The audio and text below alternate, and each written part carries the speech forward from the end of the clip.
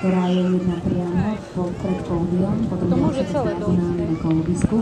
Tie rady sú náročné aj preto, že je veľmi dôležité, ako ja vždycky pribadí, ako na prvej to vychádzalo potom aj v tej druhej, lebo je tam presne stanovený počet metrov a kôň tam urobí ten daný počet svalový.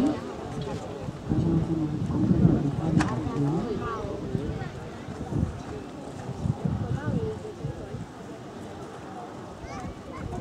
Juraj absolvoval kolmesto, boxer, 2 svalové kolma.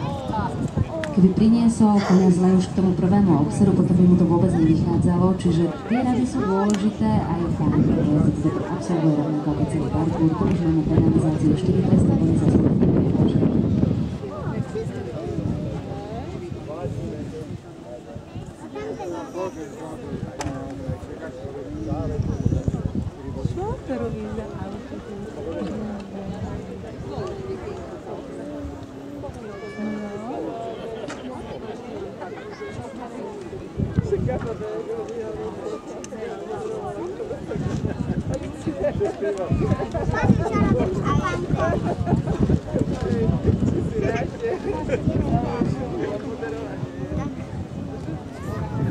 A Juraj ako